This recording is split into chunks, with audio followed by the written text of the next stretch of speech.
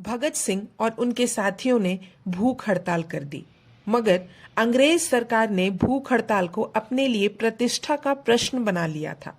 Jail अधिकारी हड़ताली क्रांतिकारियों को जबरदस्ती नली द्वारा दूध पिलाने का प्रयास करने लगे, लेकिन क्रांतिकारी भी कोई ऐसे वैसे ना थे, एक अजय घोष थे।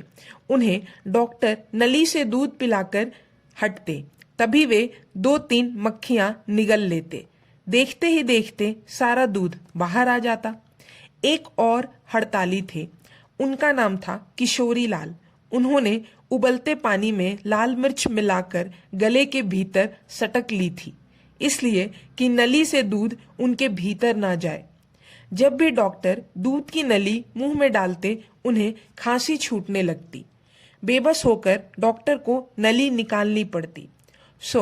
उन पर सरकार के हथकंडे काम ना आते। इस तरह दोनों तरफ से अपने अपने प्रयास जारी रहते। यतीन्द्र नाथ दास को पहली बार बलपूर्वक नली से दूध दिया गया तो वह सांस की नली में पहुंच गया, जिससे वे बेहोश हो गए। असल में उन्होंने मरण के लिए ही अनशन किया था।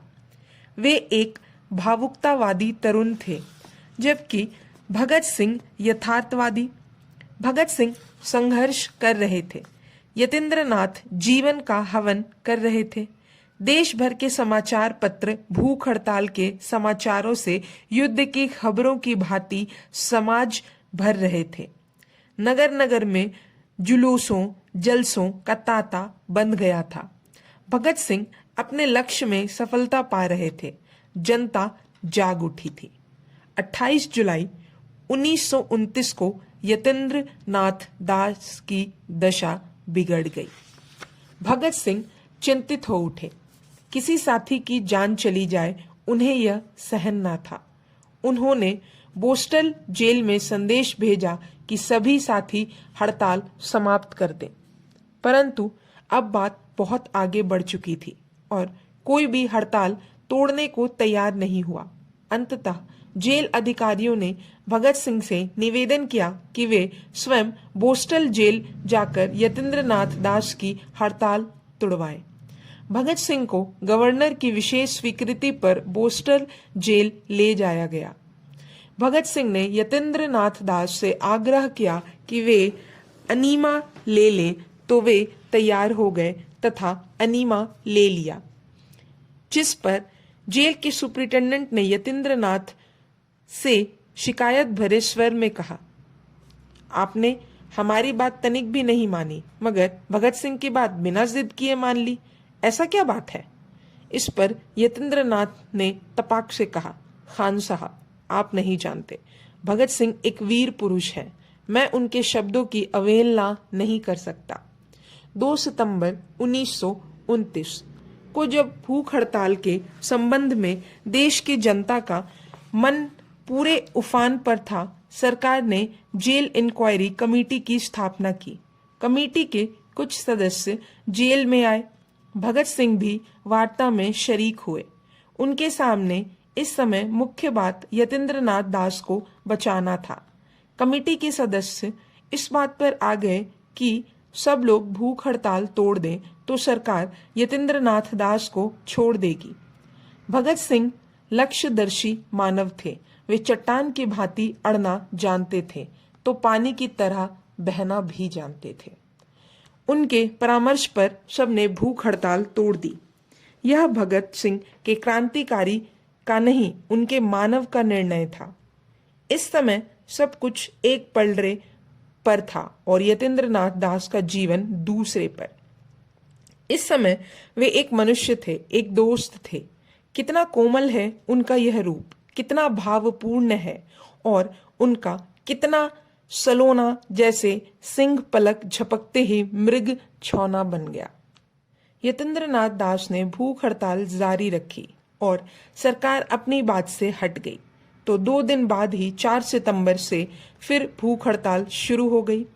2 सितंबर को भगत सिंह ने बटुकेश्वर दत्त की भूख हड़ताल का दिन था और दूसरे साथियों का भी।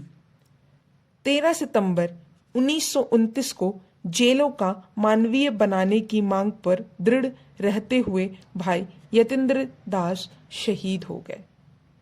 भगत सिंह व साथियों की आंखें आंसुओं से गीली हो गई, मगर उन आंखों में ब्रिटिश सरकार की क्रूर व्यवस्था जलकर राख कर देने वाली विद्युत की चिंगारी चमक उठी।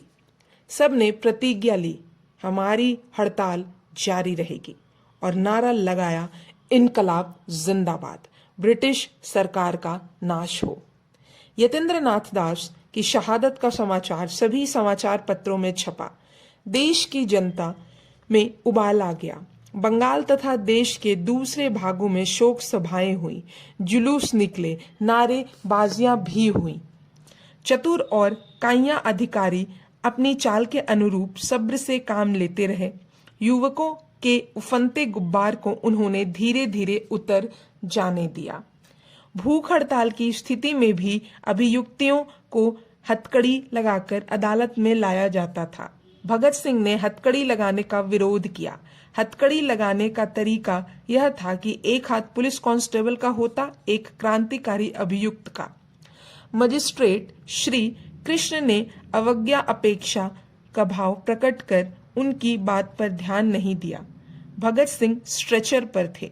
उनका थका सा चेहरा स्फूर्ति से भरा हुआ था। वे साहस उठ खड़े हुए।